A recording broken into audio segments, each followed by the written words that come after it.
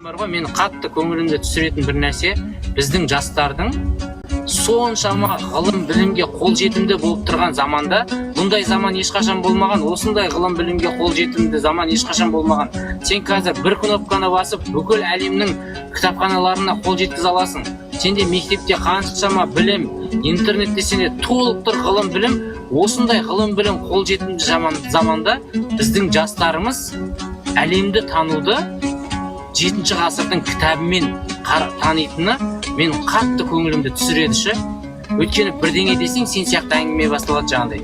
Олар деген бүйтіп зерттеп жазып кетіпті ғой тауларды бірдеңе.